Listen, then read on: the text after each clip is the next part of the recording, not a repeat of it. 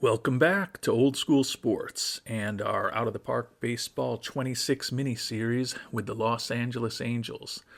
Whether you're with us for the first time or at this point, someone literally could be with us for the 1,000th time in the number of videos that we've put out over the past several years. Thanks for joining us, and really appreciate all of the support and enthusiasm over this first week of episodes for this OOTP 26 miniseries. After we move forward a little bit more with some patches from Out of the Park Baseball on this version of the game, we will eventually be moving on from the Angels and getting into a long play, similar to the ones that we've done the last 3 seasons.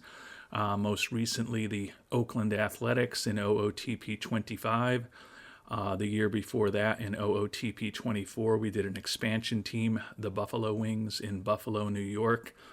And the year before that, in OOTP 23, we did a long play series that started in Kansas City, moved to Pittsburgh, and finished up with the Colorado Rockies. So if you're interested in seeing how we've done over the years with some challenging franchises, feel free to check those out, and hope that you'll be with us on this adventure and other adventures moving forward.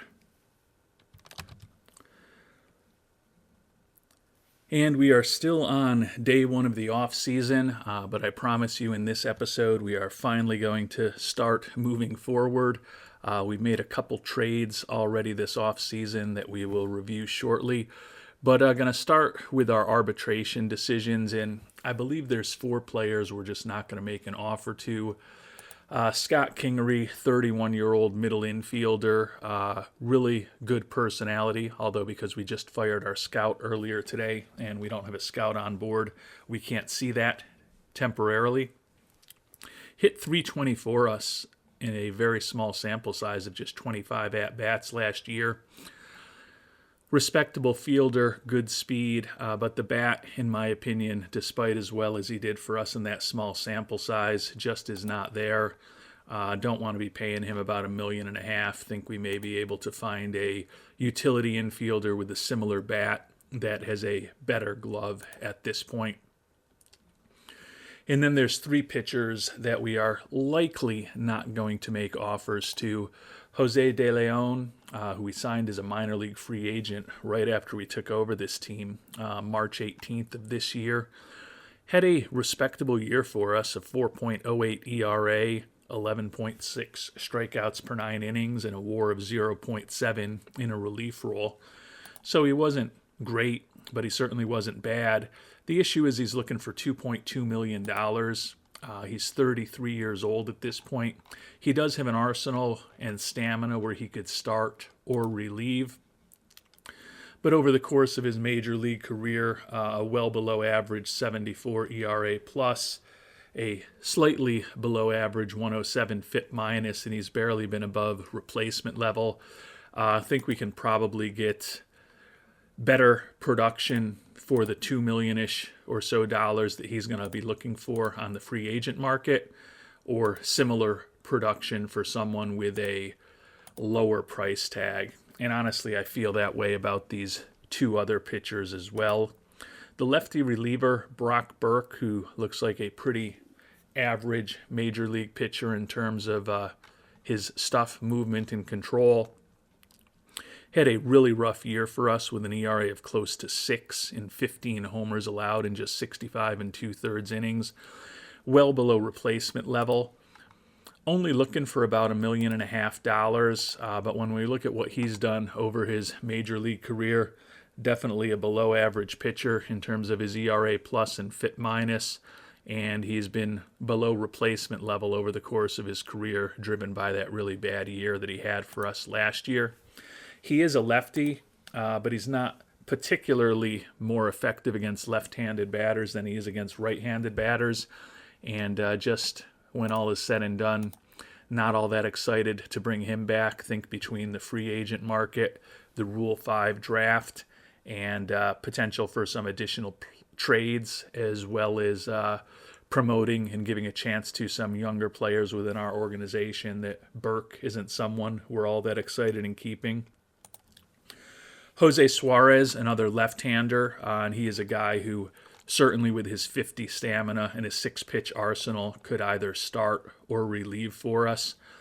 Pretty average overall profile, had an ERA of over 5, and he was below replacement level for us this past year. He's been with the Angels for parts of the last 7 seasons, 77 ERA plus, 121 FIP minus, and below replacement level. Kind of know what Suarez is at this point, and he's looking for around $2.5 million next year. So as we move forward, I think we'll continue to see if Suarez, Burke, De Leon, and Kingery have any trade value before we get to the beginning of free agency. But at this point, it doesn't appear that any other teams are really excited to give us much of anything for those players. And Angels fan Gilbert Gonzalez has suggested that we try to use the trade market to pick up an ace pitcher, and I agree with Gilbert completely. I just don't like the prices. Now, Shane McClanahan, certainly one of the top pitchers in baseball, the lefty for Tampa Bay, 15-10 this past year, led the league in strikeouts, FIP minus, and put up a 6.0 WAR. So he's likely to be a very strong Cy Young Award contender. The lefty throws close to 100 miles an hour, extreme ground ball tendencies, and over the course of his career, he has been a well above average major league pitcher. He is starting to get more expensive, going to be making close to $9 million this upcoming season, but we would certainly happily pay that to have a 2-time AL All-Star on our team. His stuff, his movement, and his control are all a bit above average, and he's got a very strong 4-pitch arsenal led by a great fastball and an outstanding curve.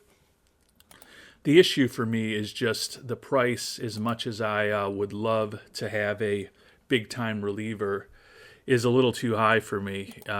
There's no one who makes this work now. If we add in one of the prizes of our organization, Adley Rutschman, certainly the top position player we have on our team right now. There's no one else we can add with him that makes it work. If we add in Zach Neto, and I clearly think that Rutschman and Neto are the 2 most valuable major leaguers we have on our roster at this point. We can get the deal done then, but we're still including a pretty good prospect or a pretty good major league asset to bring McClanahan on board. And as much as I'd love to have a ace pitcher, and as much as McClanahan is better than anyone that we're going to be able to pick up in free agency in a few weeks, giving up our 2 best everyday players off of a team with a pretty poor offense and defense to begin with, and both Rutschman and Neto bring good defensive capabilities in addition to their good offensive capabilities. Just more than I'm willing to pay. So I think as I think about adding starting pitching, we have already, as I mentioned, made a couple of trades, one of which should help us on that front. And that was bringing Robbie Ray on board in a trade with the Yankees, where they're going to keep his salary for next year. So that gives us a accomplished major league pitcher, an all-star who, of course, won that Cy Young Award in 2021. Certainly not as good as McClanahan right now, but someone who can at least go out and hopefully give us a competent major league start every 5th day next season. And we've got another guy that we are at least thinking about maybe getting some value from in the organization as well that we traded for. And that's Christian Scott. You may remember we picked him up while he was out for the year from the Mets back right before the trade deadline. Scott was part of the trade where we got rid of Yoan Moncada and we decided to take a flyer on him. Who knows what he's going to look like when he's recovered from that torn UCL, but certainly has very good control. We think his stuff and his movement could both be average. Only 26 years old, still making the major league minimum. We thought he was worth taking a flyer on as well. So we've got guys who can at least take up spots in the rotation for us, and hopefully those two will be more effective than some of the guys we had in the rotation last year. And as I noted, between the Rule 5, the trade market, free agency, and also the potential for maybe a superstar to be out there in international free agency, you never know any given year, there are still potentially some levers that we can press that will ultimately help us improve our rotation. And as we get ready for free agency to begin in a little over 3 weeks, still hoping that the likes of Jack Flaherty, Nestor Cortez, Dustin May, Michael King, and Brandon Woodruff ultimately make it to free agency. I don't know that we're going to go with Dylan Cease coming off of that torn UCL. That may be a bit bold for us, but guess depends how long he stays on the market and how much money he's ultimately looking for.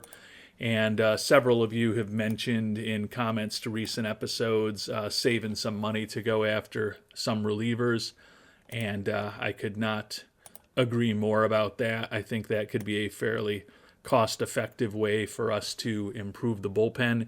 Don't think we're going to be playing at the top end of the market for the likes of Edwin Diaz, Devin Williams, Raisel Iglesias, but there's certainly some guys that I think could be interesting. Right now, the top target for me, if he ends up asking for the range that we think he could be asking for, is probably the veteran lefty Matt Strom, two-time All-Star, who had another really good season with Philly a year ago. Supposedly, he's only going to be looking for about $3 million, which is the same as our current closer, Kenley Jansen. Jansen, honestly, given his age, he's only looking for a little over $3 million for us right now, although he does want a 3-year deal. But I am inclined to let him hit free agency and see what the market looks like before making a decision on him, given that he is certainly a lot older than most of the guys we're going to have on this rebuilding team next season.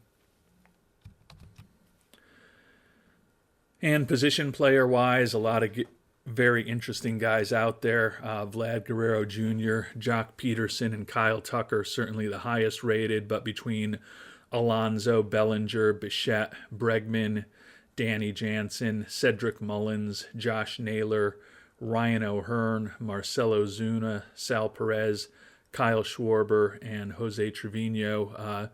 Definitely some very talented players out there. Could certainly see us trying to round up a couple of these position players to go with one of those starting pitchers, given that we are in a situation where we have gotten a lot of money off the books over these first 7 or 8 months that we've been in charge here in Los Angeles, and we can be significant players in this upcoming offseason.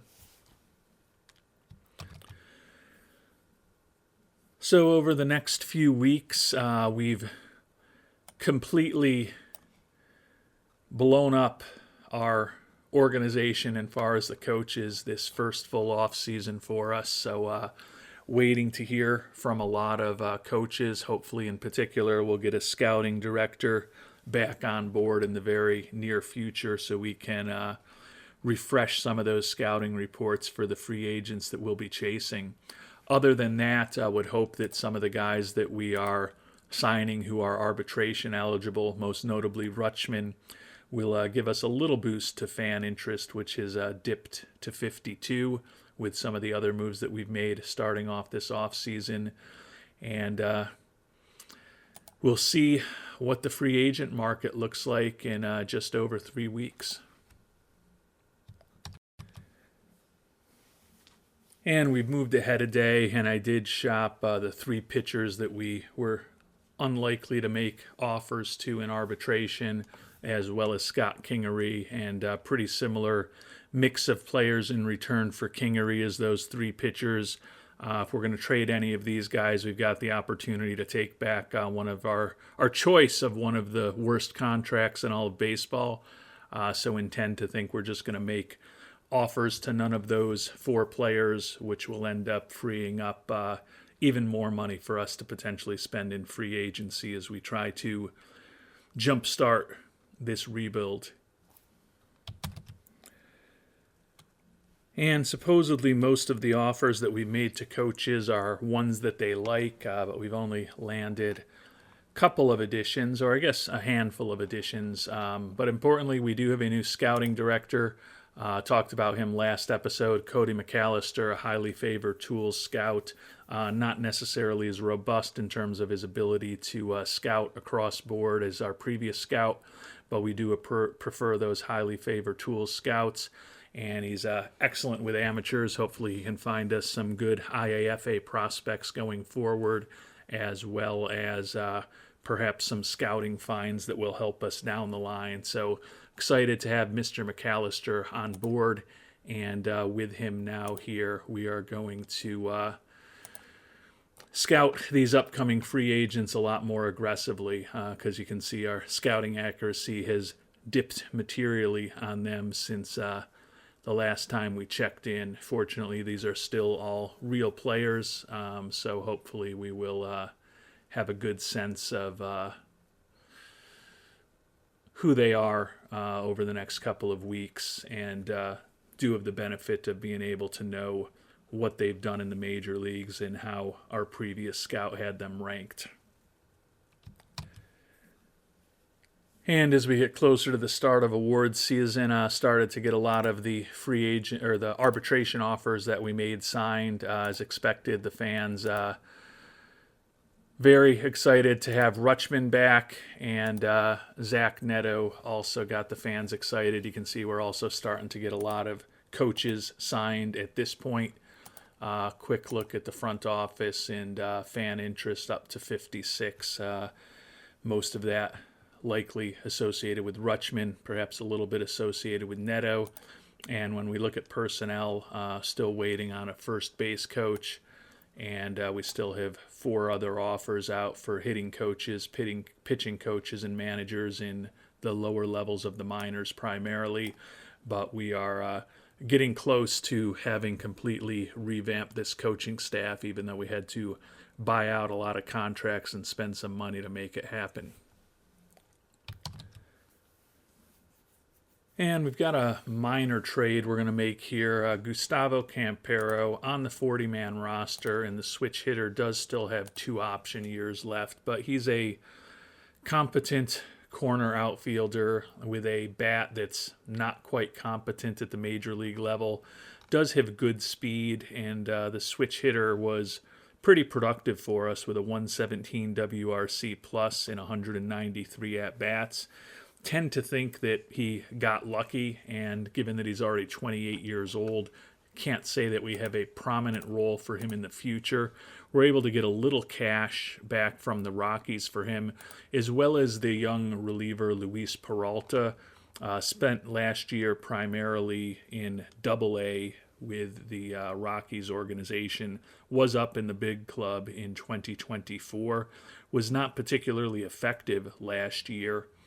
But he's a lefty who looks like he could be a useful pitcher, and a guy who is making the major league minimum next year. Actually, he's signed to a minor league contract, so he's not even making the major league minimum. But his 3 option years left.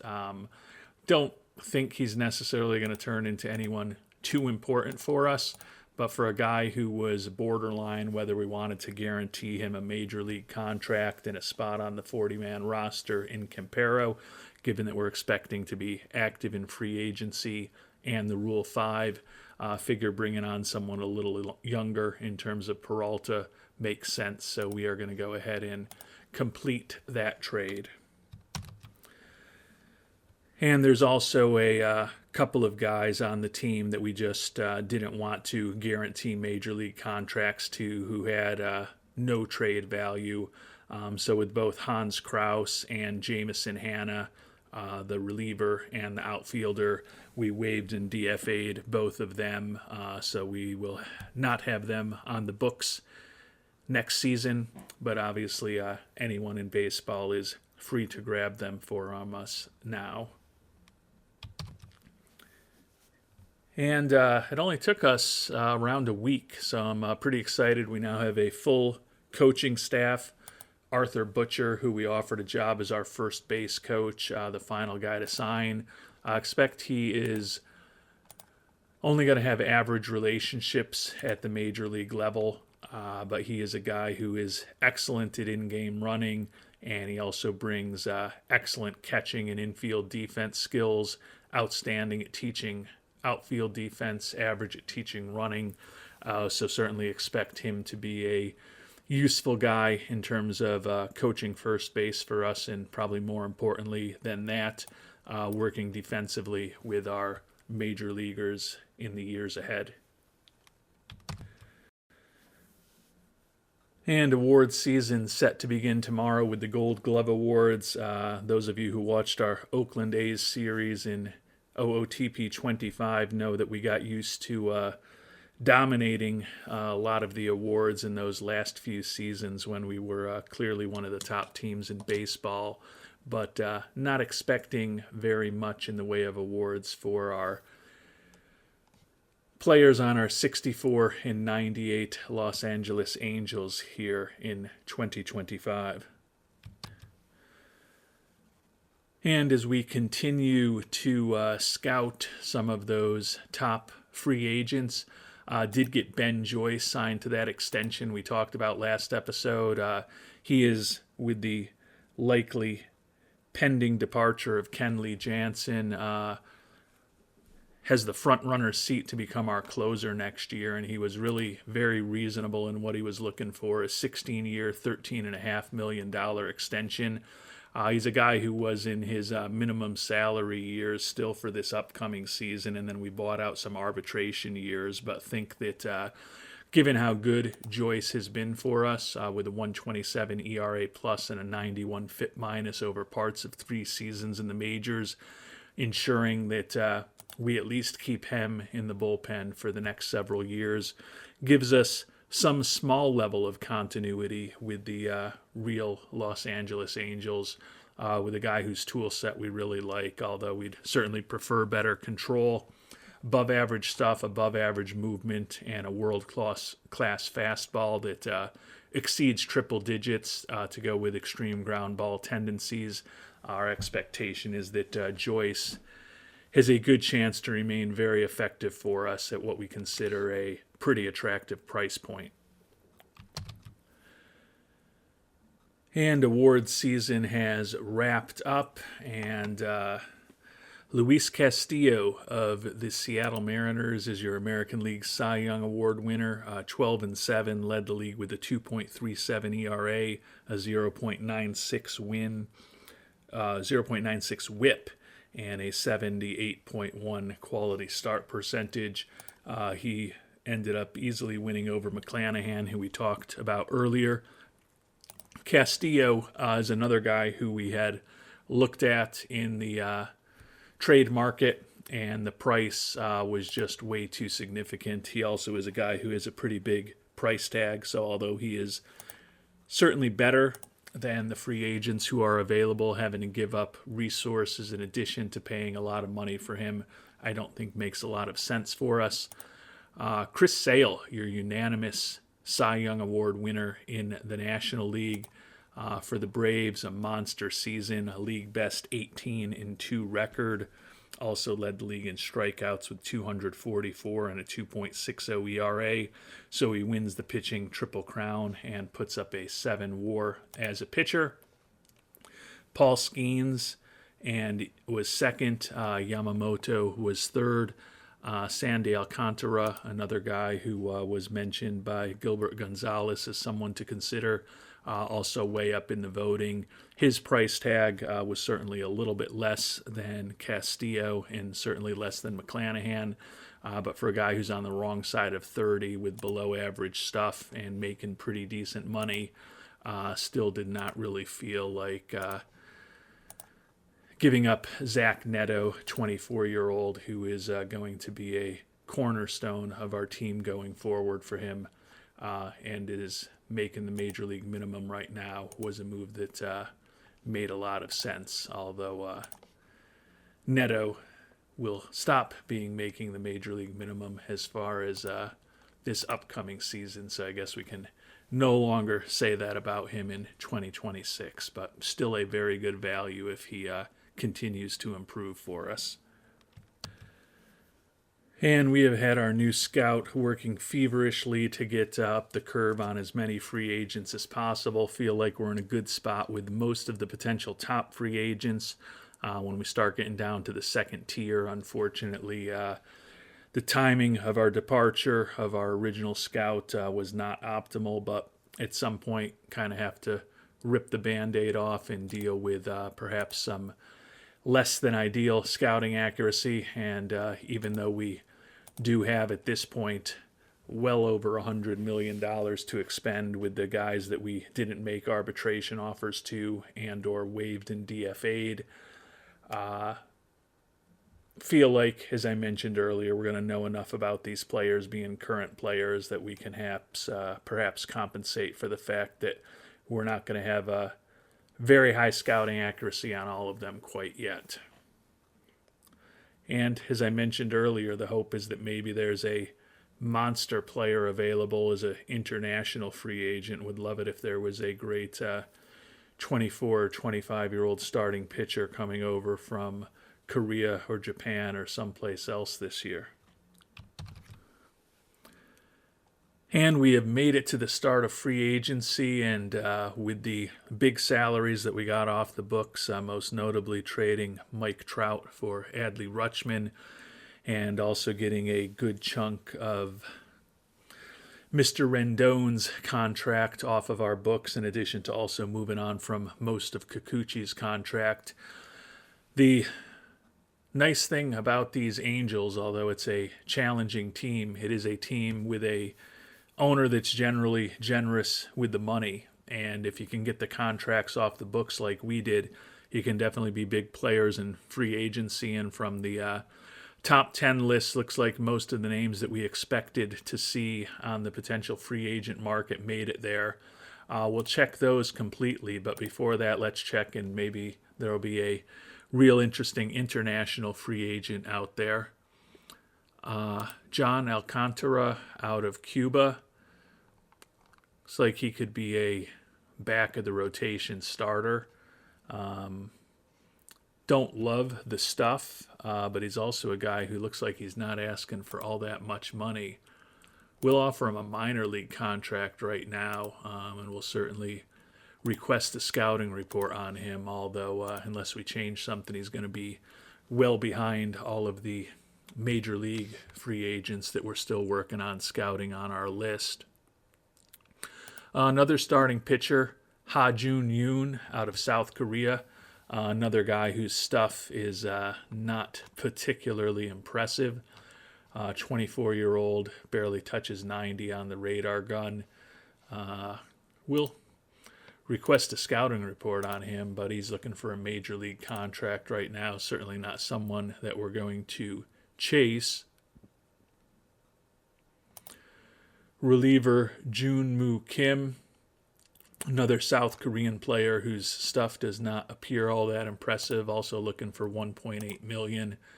Certainly not going to offer him a major league deal right now, although I guess it's theory that with that $1.8 million deal, it might just be a minor league contract with a major league option. Yeah, and that actually is what he's looking for with that $1.8 million number, but not compelling enough for us to do much with him right now.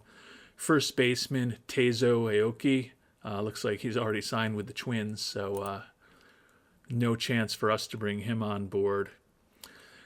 So it doesn't look like any real revolutionary players who are going to be massive team changers in international free agency, but fortunately, we also have the ability to tackle major league free agency, and you can see we've got very high scouting accuracy on most of the top prospects, at least according to our scout.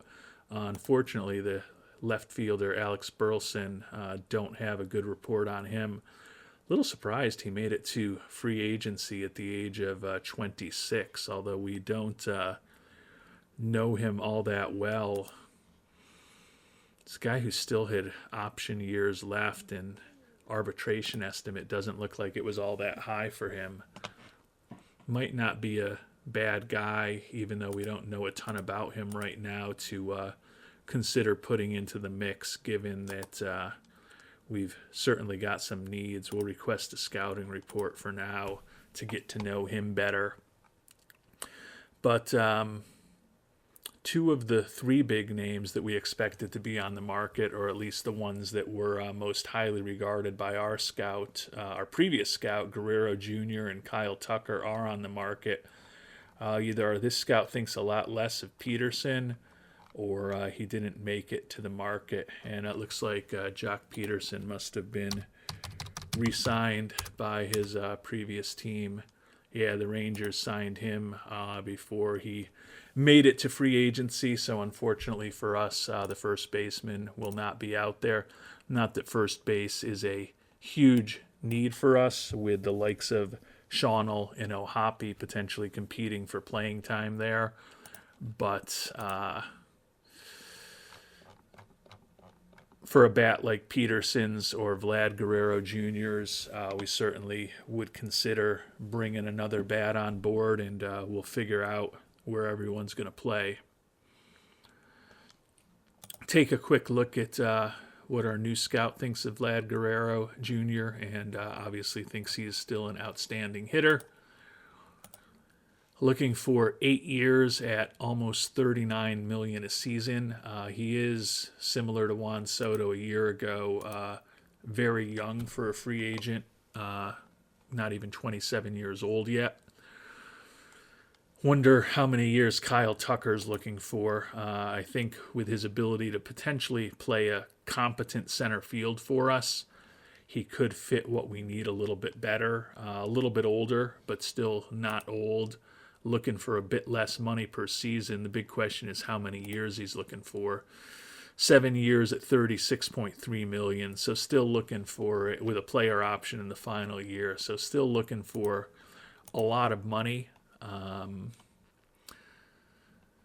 Cody Bellinger, if we were looking for a more cost-effective center fielder, not quite the same type of bat as Tucker, but probably a better glove. Looking for 8 years at $17 million a pop. So certainly a different cost for the likes of Bellinger compared to Guerrero Jr. or Tucker. And as I was going through the free agents, I was realizing that I was up to very high scouting accuracy on these guys and still not knowing their personalities. So I was blaming the change in scouts, but had been asked some questions in previous episodes about our settings. So apparently while I was going in the settings to see exactly how we had set things up, I had clicked off on being able to see players' personalities. So fortunately we have that again. Alex Bregman certainly still looks like a good defensive third baseman. Pretty average bat at this point for the 31-year-old. And looking for 7 years at over $24 million. We have a big hole at third base that I think Bregman would potentially fill incredibly well for us. But given his age and given the bat trending in a direction where it wouldn't surprise me if the 126 WRC plus that he put up last year for Boston is the best figure he touches for the remainder of his career. And the fact that he still ultimately is a member of the Houston Astros, who is a Yankees fan I am legally required to have very ill feelings towards. And he's coming from the Red Sox, who rank similarly. I think maybe we will not look quite as hard at Mr. Bregman, although that third base spot that he could fill for us is one where we definitely have a hole. We could certainly go after someone like Bo Bichette, who I'm sure could pick up second or third base in spring training. I just really question his bat at this point. Contact's still fine, but his gap power, home run power, and eye all below average. And 2 straight years at the major league level, he's been a well below average offensive player. And he is looking for 14 plus million a year for 5 years. So as always with free agency, the top players are incredibly expensive, and then the ones who are still expensive but not break the bank expensive all still have some flaws. And taking a look at the top starting pitchers available on the free agent market this year, and Cease, as we talked about, recovering from that torn UCL, and he's looking for $24 million a year for 8 years. I just don't think that's a risk I'm willing to take. Ranger Suarez, really don't like the selfish personality. He's also on the wrong side of 30 now, and looking for almost as much money as Cease over 8 years, so that doesn't make sense to me. Nestor Cortez, as we get into the former Yankees, certainly a solid major league pitching profile. Was 11-9 with a 3.19 ERA from Milwaukee last year. Soon to be 31 years old, outspoken in the clubhouse, and looking for $23.2 million a year over 5 years. Michael King, another former Yankee, 30 years old, above average stuff, average movement and control, 10-12 with a 3.61 ERA for the Padres last year. Has definitely developed into a good, solid major league pitcher. Outstanding fastball, excellent slider, and a good changeup. Also 30 years old. Looking for somewhat less money at $18 million a year, although he is looking for a 6-year contract. And the last of the players that our scout believes are 3-star in terms of their overall ability. Eric Fettuccini. Looking for similar money to King, 5 years, but $17 million a season. Below average stuff, 4-pitch arsenal. Combined last year between St. Louis and Cleveland for a 13-8 record with an ERA in the low 3s. So a nice year from him. Definitely don't see an ace out here on the market. But we are going to make our first official offer to Michael King. Like the fact that he's normal in terms of his injury proneness. The right-hander has a very strong arsenal. Only 3 pitches, but they're all well above average to excellent pitches. Think his stuff is above average. Movement and control, both average. And over the course of his major league career, no stats there because I've clicked on the batting stats. 36-38 record, but a 3.33 career ERA, 123 ERA plus, and 88 FIP minus, both well above average and above average respectively. Last 3 seasons in the majors, 2.1, 3.6, and 2.5 WARs. So certainly could be decent value for us if he puts up another 3.5 to 4 WAR season. At the very least, he's going to give us, if we sign him, a good, solid major league arm. Would love to get him for less money with fewer years. As I said, he's looking for $18 million for 6 with a player option at the end. We'll probably try a bit less money for 5 years with a team option at the end and see what he's got to say about that. And not sure exactly how this is going to be received on the first day of free agency, given that I have been playing with the Oakland Athletics for the last close to 11 months in real life. Not used to being able to make big free agent offers to people on a regular basis anymore, so I'll have to get that muscle back in use. But we are going to offer him $16 million a year over 5 years with a team option for the final season. Promise him a spot in the starting rotation, a little bit bigger of a bonus for an all-star selection than he had been looking for, and we also offered him a bonus for the Cy Young Award. Certainly would happily pay him another $250,000 if he wins the Cy Young Award for us. Says he's willing to think about it. My hunch is that at some point he comes back to us and says he's got a better offer from another team, but 5 years, $80 million with a potential out for us in the final season, I think is a pretty reasonable start in our negotiations with Michael King. Turning to the relievers, and you can see the top end of the market, Edwin Diaz, Devin Williams, and Iglesias looking for crazy to absolutely insane kind of money. Dustin May listed as a reliever now, but still looking for $20 million. We'll change his... I'll have to go into commissioner mode to change him to a starter to see what the ratings look like for that. And it looks like May's stuff as a starter is still pretty much similar. Average stuff, average control, above average movement, 5-pitch arsenal, normal in terms of his injury proneness, decent stamina, decent holding on runners. The 28-year-old with extreme ground ball tendencies throws close to 100 miles an hour. He's probably looking for about 100 million. Let's see exactly what he's looking for right now.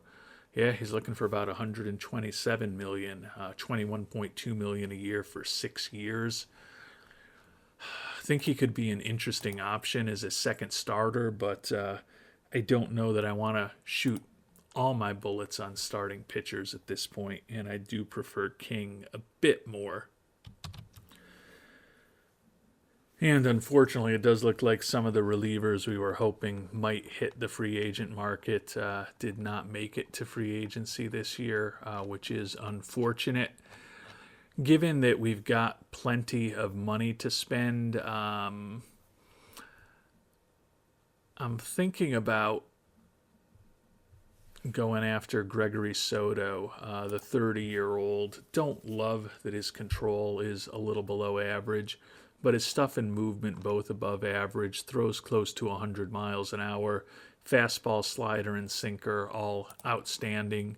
The two-time All-Star has been an above-average Major League pitcher over the course of his career, and against left-handed pitchers, left-handed hitters, he's been absolutely dominant with a 1.46 ERA plus and a 64 FIP minus.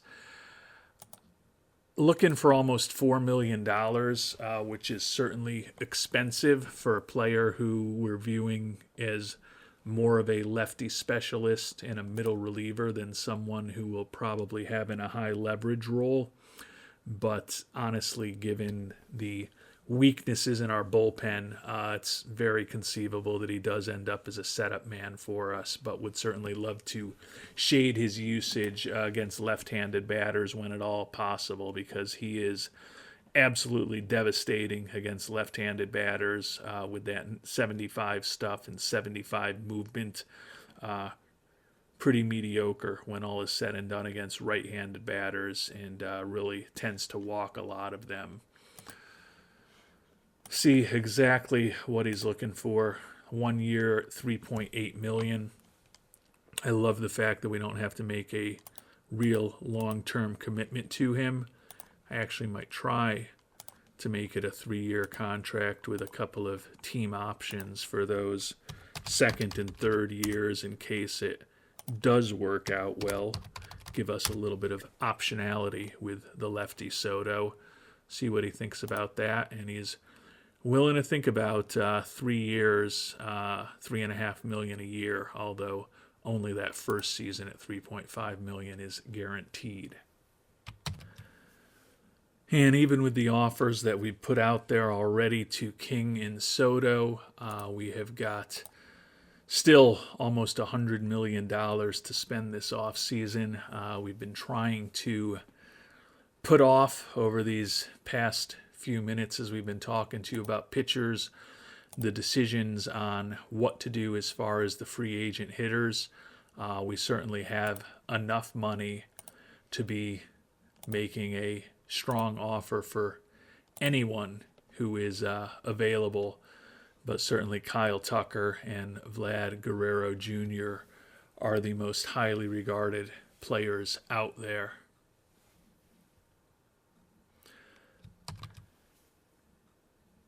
And I mentioned earlier that third base is a potential position of need for us, although honestly we can make a case for just about any position in the infield except for first base, where, as I mentioned, Shawnell and Ohapi are both situated and competing for first base / DH spots right now. Vlad Guerrero Jr. is technically listed as eligible to be a third baseman, but with those ratings, certainly would not want him there. And unfortunately, both Shawnell and Ohapi have similarly poor defensive ratings at third base. So if we were aggressive and do end up going after Vlad Guerrero Jr., we would certainly intend to try to use Shawnell or Ohapi as trade bait this offseason and try to improve the team by moving on from one of them if we did go after Guerrero.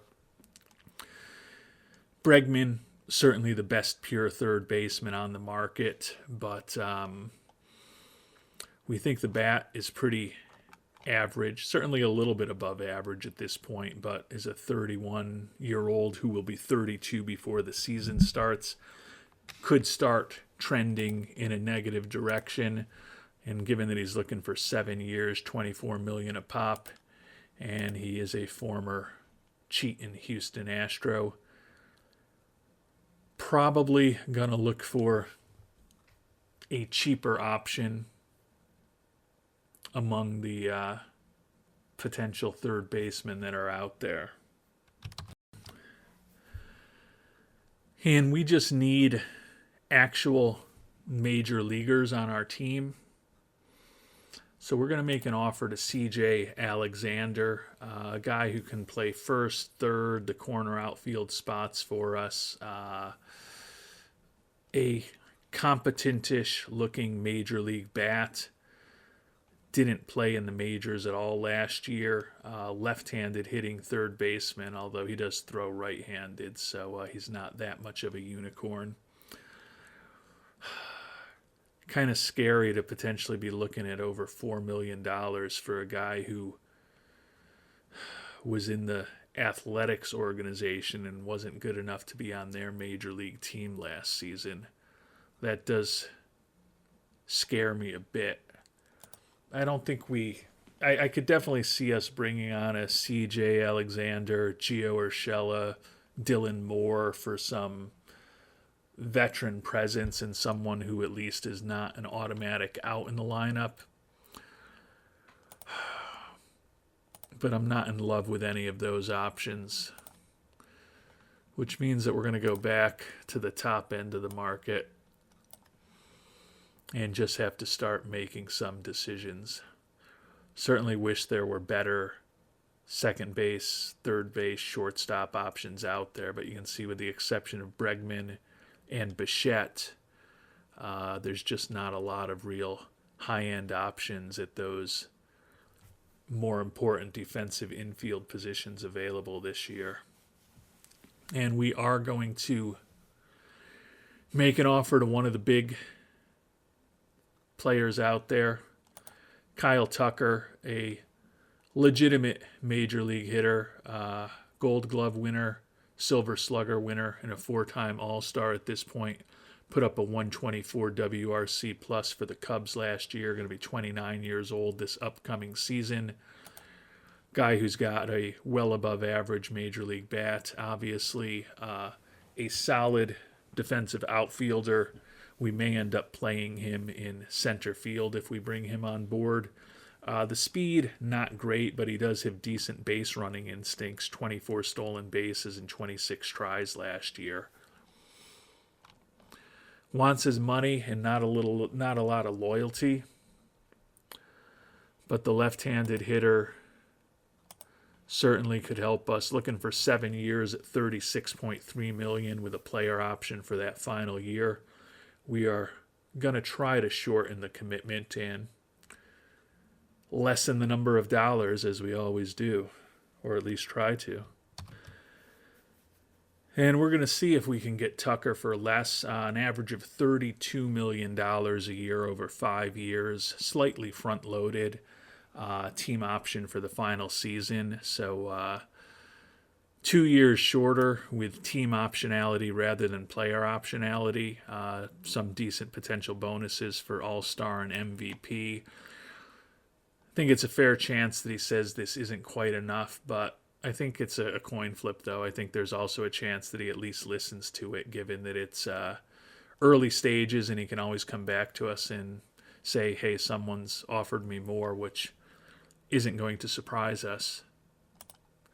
And he is at least willing to think about it, so we'll get the offer out. 5 years, $160 million to Kyle Tucker. And given that we've still got plenty of money to spend, over $64 million, we are going to subscribe to the theory, go big or go home. And we're making an offer to Vlad Guerrero Jr. too. Maybe he'll follow in his father's footsteps and come to Los Angeles after starting his career somewhere else. If we bring Guerrero Jr. on board, I guess we could just run with O'Hoppe as our backup catcher next year and then have Shawnell or Guerrero in the DH spot. But it also opens up some trade options for us if we bring him on board. Guerrero Jr., as we talked about, 8 years, almost $39 million a year. We'll try to get it a bit shorter, but he's so young as a free agent that 8-year contract is a little less offensive to me than if the guy was 29, 30 years old. And he's also such a top-end free agent that he's likely to ultimately get what he wants. Guerrero Jr., interestingly, is not looking for a player option in the final season. Now, that doesn't mean that he's going to react favorably if we throw a team option on the final year, but we'll give it a try. And Vladdy Jr. was looking for, as we said, almost $39 million a year for 8 years. We're offering him $35 million a year for 6 years with the team option for the final season. MVP and All-Star bonus is a bit higher than he was looking for. We'll see what he's got to say. I guess our buyout was a little bit too low in that final season. Should be good now. Still wants 8 years. He has come down a little bit in terms of the annual number, so that's positive. But given that there's likely to be many other bidders for him, doesn't mean that even if we do get him to think about an offer for a little less, that it won't be topped by somebody else. And we're trying to meet him in the middle on years. He wanted 8. We offered 6. We're now meeting in the middle on 7. And we're not including the team option for the final year. So it is a true 7-year contract at $36 million a year.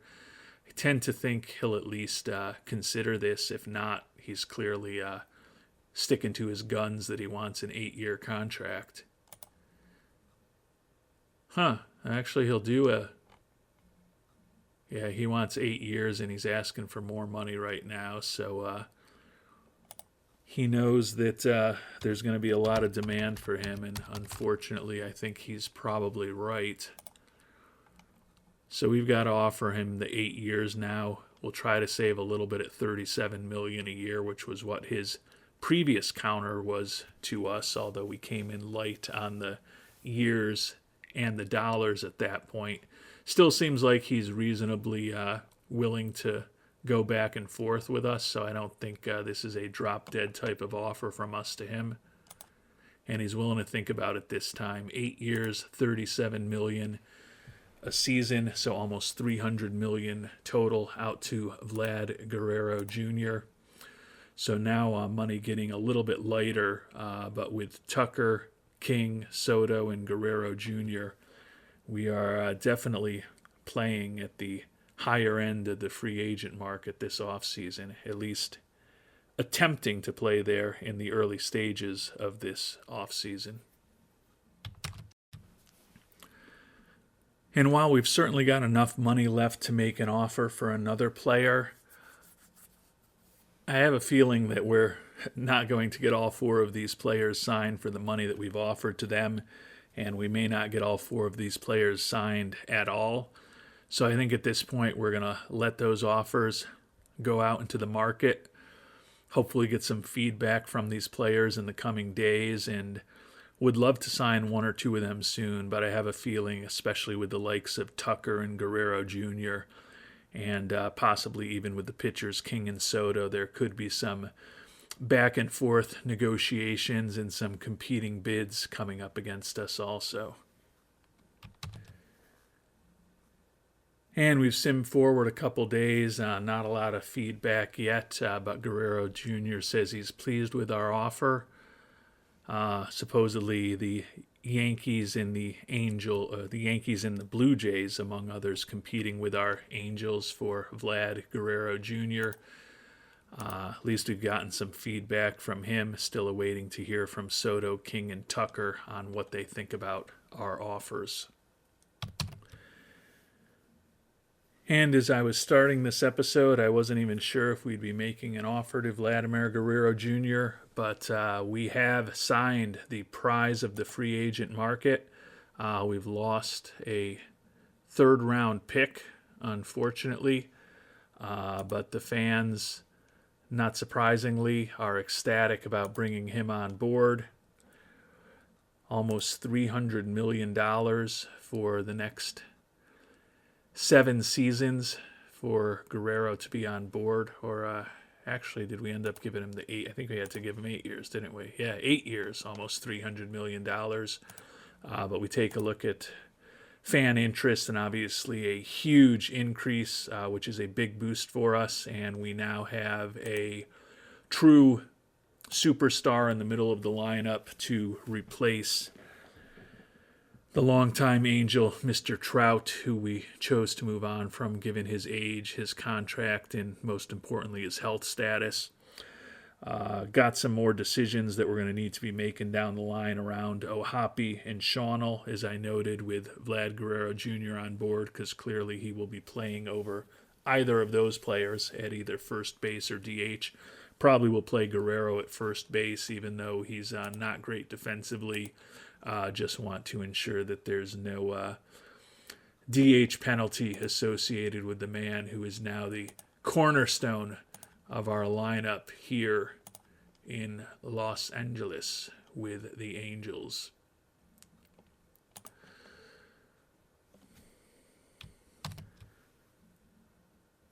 And certainly expecting Vladimir Guerrero Jr. to jumpstart the offense for this Los Angeles Angels team that last year was pretty brutal offensively, ranking 13th in runs scored, middle of the pack, 8th in home runs. We had a brutal pitching staff. We're hoping that the likes of King and Soto will be able to help us with that. But a huge move in the right direction of our rebuild, bringing on the prized possession of this 2025 to 2026 free agent class. And with Guerrero Jr. signed, finally starting to get some feedback from the others. Both Kyle Tucker and Gregory Soto say that they favor our offers at this point too. Still waiting to hear from Michael King, but the free agent period certainly off to an exciting start with VG Jr., now a member of the Angels.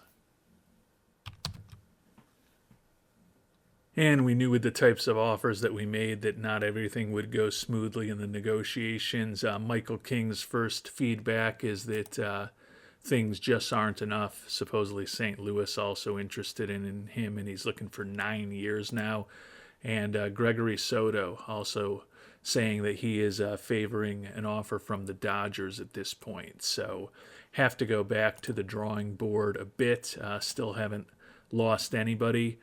Supposedly Tucker still does favor our offer, but maybe need to revisit our thoughts around the pitchers.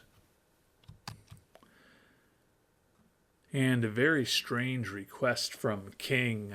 Says he's only looking for 2 years now. It's $16.8 million. I have a feeling this might be just a little bug in the game, and when we offer him this offer, he's not going to have any interest in it. But 2 years, $17 million a pop. So we're actually increasing the dollars. We had offered him, if you remember, $16 million a year over 5 years. I don't know why a 30-year-old would want just a little bit more money with only a 2-year guarantee. But he says he's willing to think about it. If we don't have to make a long-term commitment, even easier for us. 2 years, $17 million for Michael King. We'll put it out there. And Gregory Soto now looking for more money, $4.2 million a year over 3 years. You may remember he was only looking for a 1-year deal, and we tried to extend it. We'll offer him slightly more, $4.25 million a year for 1 year, but who knows? Now he might be really interested in a multi-year deal. Yeah, says he is looking for a bit more money now, and he also keeps looking for the 3 years, and he also keeps asking for a bit more money. I tend to think he's probably just using us to try to get more money from the Dodgers. But I don't know that I'm completely willing to cut off negotiations. And we're going to go back to Soto with an offer that averages $4.2 million a year over 3 years, but honestly, team options for the second and third seasons. A lot more than we were originally offering him. I don't know if this is going to be enough to have him take it back to his family. If he doesn't, I think maybe we just move on. But he is willing to think about it. So new offers out there to Michael King and Gregory Soto.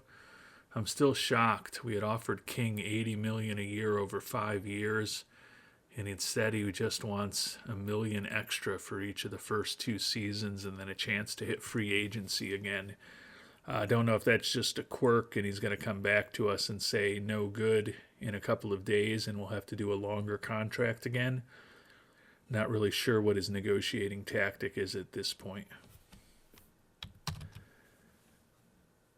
And although we're still yet to land a free agent pitcher, we have landed both of the prime free agents among position players. Kyle Tucker signed. Another third-round draft pick in terms of compensation. Fans are ecstatic. We brought him on board. As we talked about earlier, a 5-year, $160 million deal. Tucker almost certainly will be our center fielder next year. So a couple of massive acquisitions for our Los Angeles Angels as we try to turn this team around. And fan interest taking a huge step forward over the course of this episode, now up at 74 after those 2 huge signings. And some new feedback from the pitchers. Michael King says our offer is in the ballpark, and Gregory Soto still considering some other options. So nothing set in stone yet. Major League Draft lottery results announced, and we will be picking 6th this year. Dropped all the way back from number 3, unfortunately, but we could have been the Marlins, who were set to be picking 1st, and dropped to 5th right in front of us. And not surprisingly, Michael King, back looking for more money, says that St. Louis and now Miami are in the mix for him. Don't know how serious a team with Miami's payroll is about him. Still says he's only looking for 2 years at $19 million a pop at this point. I don't think he really wants to sign with us, but we're going to meet his demand and submit the offer to him.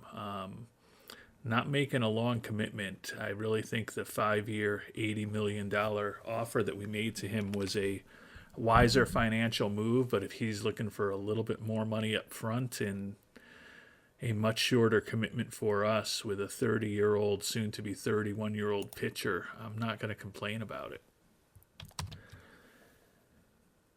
And although we're still waiting to figure out what's going to happen with King and Soto, King did give us some feedback that he favors that latest offer. We've made it to the Rule 5 draft. We have added several players to our 40-man roster, a lot of pitchers in their mid-20s who were going to be eligible for others to grab off our team, but we still have plenty of capacity to bring on some players. Certainly would love to find some relievers. And if we could find a utility infielder, that could be a nice asset for us to come out of the Rule 5 draft with as well. And we'll have the 3rd pick overall in this Rule 5 draft by virtue of our horrible season. We'll get the draft started here and take a look at the most interesting pitchers and hitters available. No real high potential players out there, but plenty of pitchers who could potentially help us. Unfortunately, as you'd expect, our scouting accuracy not necessarily the greatest on this crew, given that we just turned over our scouts. But certainly plenty of players to think about. I'm just doing a quick view of their stuff, movement, and control as an original search to see if anyone really stands out as particularly interesting to me. And there is one guy who stands out a little bit.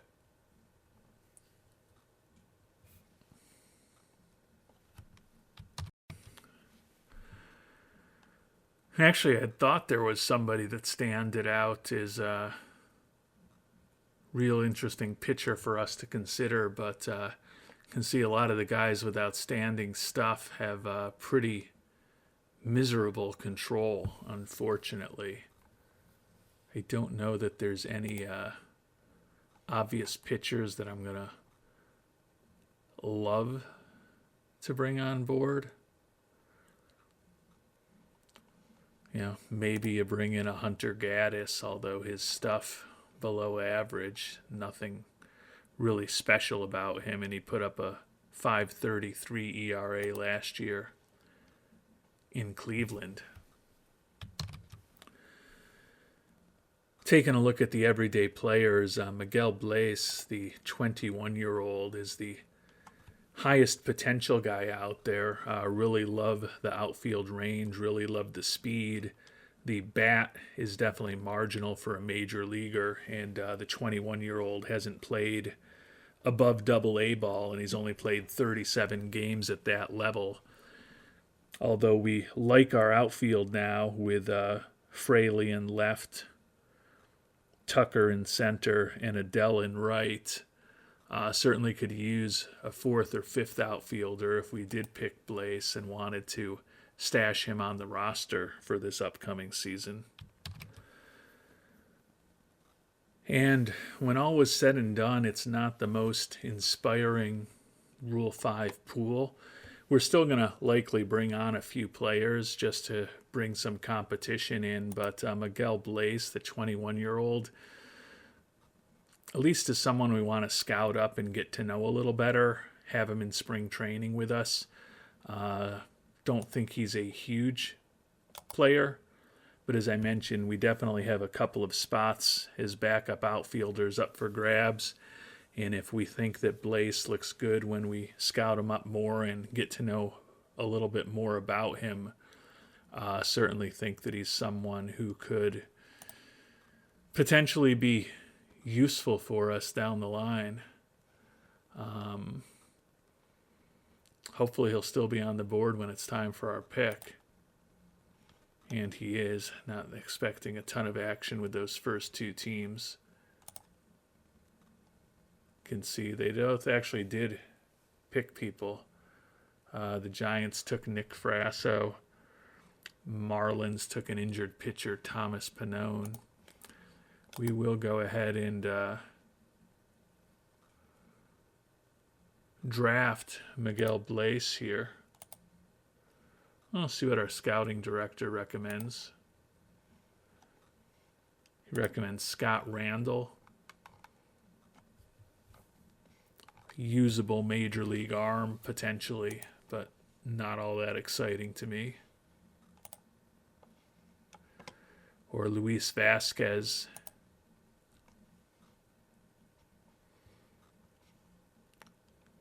Certainly a potential utility infielder, might be in the mix in later rounds. But right now,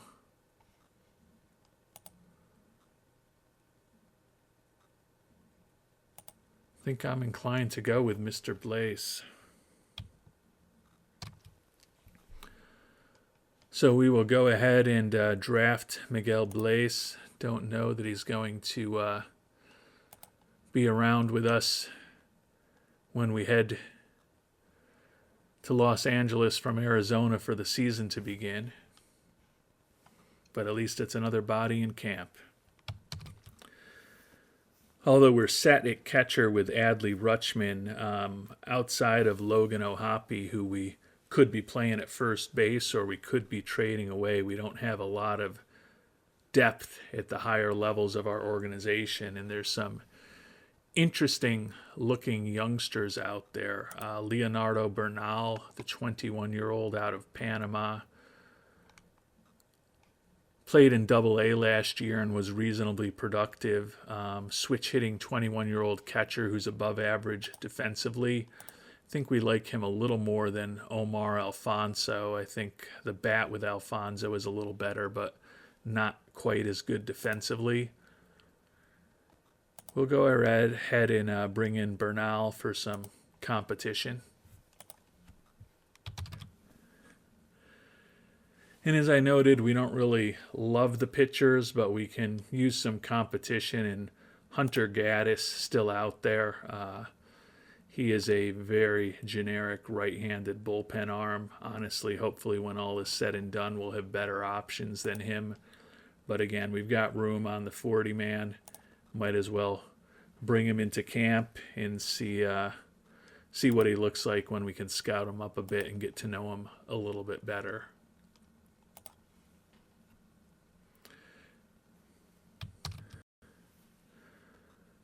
All in all, not all that exciting. We did end up picking three players. Only the Miami Marlins ended up picking four players. The San Diego Padres with the weird move where they picked a guy in the first round, skipped their next two picks, and then came back and made the final pick overall with Everson Arteaga from the Braves organization. Liked the glove, but just don't really think there's much of a bat there. So 3 new guys into the organization out of the Rule 5. Not as exciting as I might have hoped. Thought we might get more bullpen help there. Still waiting to hear from Soto on some bullpen help in the free agent market, and waiting to hear from Michael King as far as some major league help for the rotation.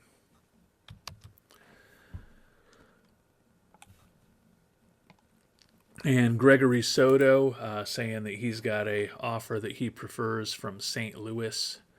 Not sure exactly how we're going to proceed with him, as we talked about. View him really as a lefty specialist, now looking for almost $5 million a year over 3 years.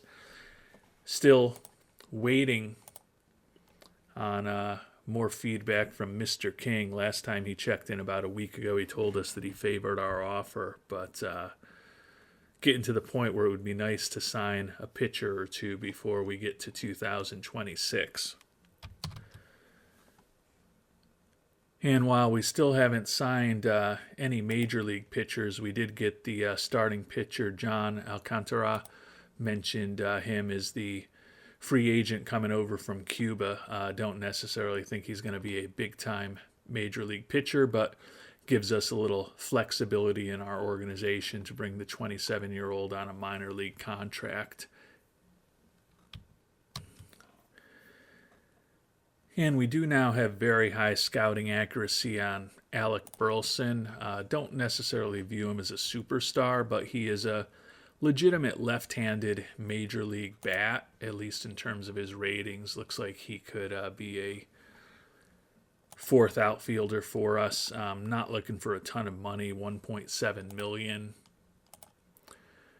Is looking for a major league guarantee. We'll offer him $1.5 million for next season, and he's willing to at least think about that offer. Would give us a decent fourth outfielder at this point as we try to continue improving this roster.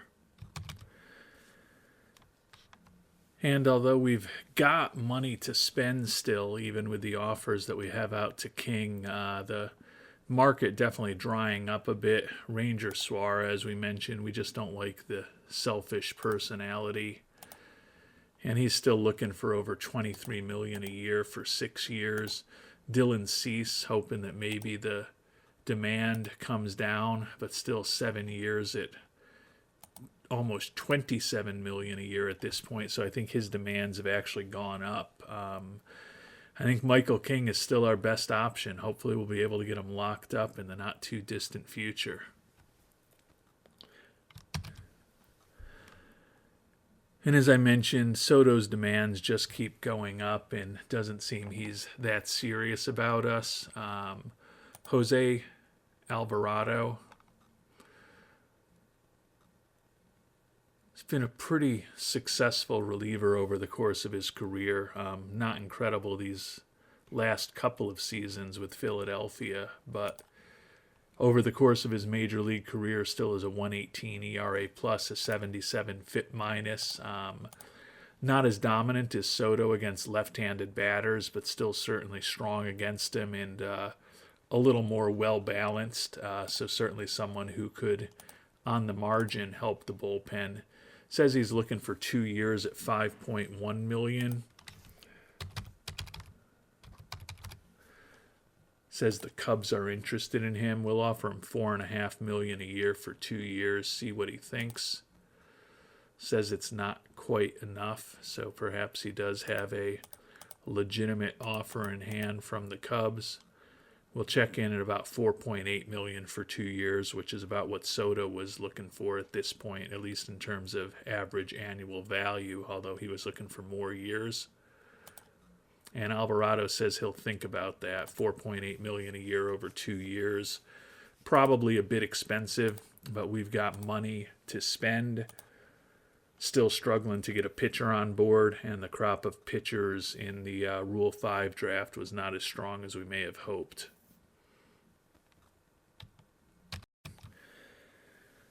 And still waiting to try to get a pitcher signed, but we've got some updates on how the development lab is going. Nolan Shawnell frustrated with his Generate Bat Speed program. Zach Neto frustrated with plate discipline. Chase Silseth on track in terms of improving his control. Logan O'Hoppe is excelling in his plate discipline program. Ben Joyce frustrated with his ability to increase pitch movement. Joe Adele frustrated with his quality of contact. Rusney Contreras excelling with his improved control program. He's another guy who could be in the mix to be in our rotation next year. And the youngster, Evan Crest, our second-round pick last year, on track trying to improve his control. So we've got the option to get out of any of these projects in the development lab, and certainly with some frustrated people it is not optimal. But looking at their pace of progress here, they're all, in the cases of Joyce and Neto, a little bit above frustrated. Shawnell and Adele in particular are pretty close to being on track. So I don't think we're going to cancel any of the programs. We're going to let these things run the next 8 to 9 weeks. Right now it looks like we're on target for 4 out of the 8 programs to be successful. And hopefully maybe we'll have 5 or 6 that end up successful when all is said and done. And we were hoping for a Christmas miracle here on December 25th as far as our pursuit of some free agent pitchers, but not this year for us. Supposedly King favors the offer. Soto, who we haven't reached out to again, wants more money, and no feedback yet from Alvarado or Burleson on the offers that we recently made to those two gentlemen. And finally, mercifully, we do have our starting pitcher. Michael King ended up signing for fewer years than we had hoped. The fans still happy that we brought him on board, and we are too. We've got him the next 2 years. $19 million a year was more than we were thinking. 2 years were less than we were thinking. But King certainly gives us a capable, proven major league starter to hopefully help stabilize our rotation going forward for the next couple seasons. And with that, we will call it an episode. As I noted, we're still waiting to hear feedback from the lefty reliever Alvarado and the potential utility outfielder Alec Burleson. But we have landed our 3 top options in free agency this year. First baseman Vladimir Guerrero Jr., now center fielder Kyle Tucker, and the starting pitcher Michael King. Variety of tenors, 8-year contract for Guerrero Jr., 5 for Tucker, only 2 for King. Still have plenty of money to spend, but we still have plenty of holes to fill.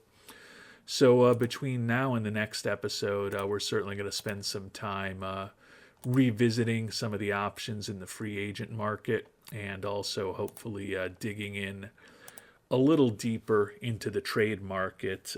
Don't necessarily think that we're going to be able to add exactly what we need for an O'Hoppe or especially a Shawnell, who just doesn't have a ton of value in this world here. But with Guerrero Jr. on board, we probably do need to think about shopping one of our other corner infielders, perhaps in an effort to bring either a solid reliever back in return or perhaps a utility infielder with a decent glove, which is still a need I think our team has. So would love to hear your thoughts on how the first month plus of free agency has gone. I'm pretty excited. We got the 2 big position players out there in Guerrero Jr. and Tucker, and we also got the pitcher that we were most interested in Michael King. So certainly think that we have made some significant steps forward with this team to ensure that we'll be better than a 64-98 team in 2026. Until our next episode, thanks so much for watching, and hope you have a great day.